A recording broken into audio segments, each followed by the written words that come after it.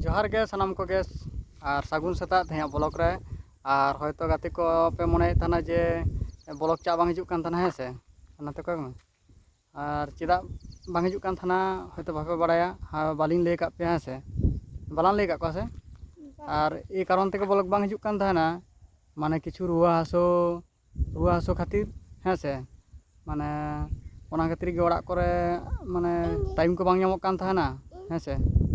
और ओना खातिर गे और नोय नितो नोडे जहां रे मेना लिंगा लोकेशन टा पे नेल तो आडी चेहरा गे नेलोग कना है से और नोते रे रेल लाइन मेना कदा है से चे बाबा चे सोना और 3 खन तो ब्लॉक आरो स्टार्ट दाबन है से और टाइम को बन नाम गे हां और तेहे चास कामी बा लगावन तबना हां चास को बन कामी हां है से और आडी दिन पर ब्लॉक रे हेज हुई कना आम चे बाबा हुडिंग बाबा चे लैदा इन सानाम को ताले जोहार अलिंग पाटा सेज खन